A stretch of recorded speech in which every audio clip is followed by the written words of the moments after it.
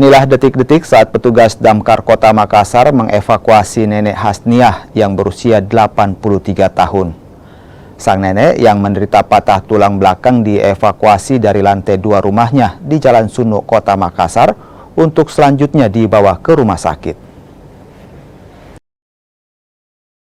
Pihak rumah sakit akademis, pihak rumah sakit akademis meminta bantuan ke kami untuk mengevakuasi ibu. Dia lansia, ya, sudah lanjut usia.